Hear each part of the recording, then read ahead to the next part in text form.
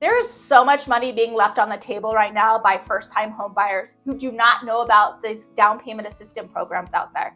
There is so many down payment assistance programs out there that you can use to help with these down payments or covering closing costs or whatever it might be. But a lot of buyers just don't know about it. You do not need that 20% down. That is an old school way of thinking. In fact, sometimes you don't even need anything down. So let me get into the nitty gritty.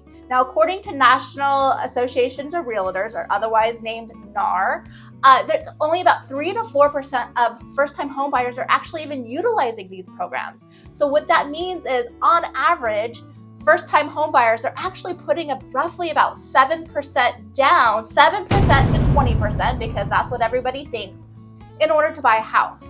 However, you could actually find programs that could take it all the way down to 1 or 2% down, or sometimes nothing. In fact, I actually have buyers currently under contract that have put nothing down. It is an amazing program, but you need to know about them. You need to know what you're supposed to be looking for and who qualifies. So first off, you need to research all of this on your own, because every state, county, is all going to be different. While there are national programs, they're not necessarily as good as your county and state programs. So definitely look into that. So what is actually a first-time home buyer? Well, first-time home buyer actually does not mean this is the first time you've ever purchased a home. In fact, if you have sold your house, your old house, within 3.5 years, you could be actually considered a first-time home buyer now, purchasing a new home. So it doesn't mean that you have to be, this is your first time and you can only use it once. That's not the case whatsoever. It just has to be essentially within 3 years of your old house, or 3.5 years of your old house being sold. So that is a misconception as well.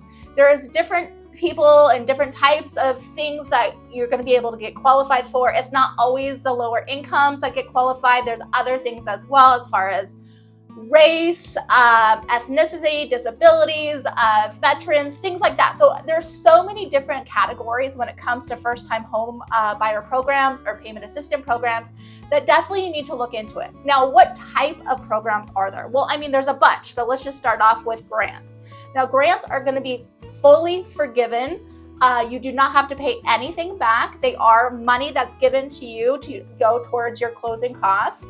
And that is money you never have to pay back regardless of selling the house. However, you do need to make sure you actually live there. So they don't just give this money out to, say, investors or people who are planning on renting it out. You actually have to owner occupied, you have to live in this home. All right, so the next type is going to be a forgivable loan.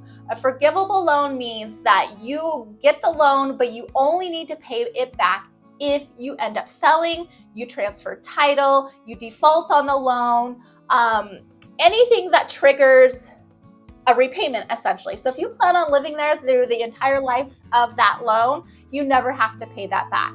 Now, the next one is a deferred payment loan, which needs to be paid back at the end of the loan term. So yes, you do have to pay it back, or you have to pay it back if you sell or transfer title. So at some point, you do have to pay this one back, but that is another option to go forward as well. Now, another option you could explore is the repayable loan. And sometimes it's considered like a silent second on your house. So what it is essentially, it's a second loan that you do have to pay back monthly, okay? But a lot of times it's at 0% or as low as 0% interest. So it's spread out for, many years at a very minimal amount to pay back. So it is kind of like a second on your house, but it is allowing you to get into this house without the essential upfront down payment, but you are paying it back over time. So that does help out a lot of people too.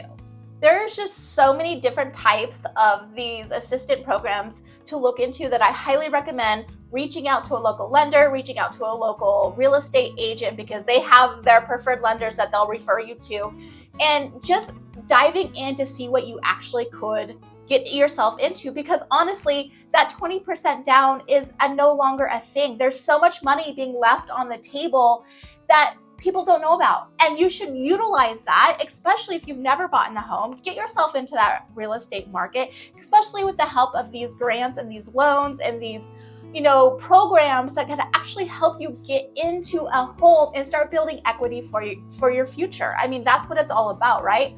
Please reach out to me anytime. I'm more than happy to help you in any way, get you in contact with a lender or real estate agent if that's something that you need as well. I'm here to help in any way. My contact information is down there. Please click that subscribe button right there. That way you are notified every time I have a new video. And then to the next video, take care.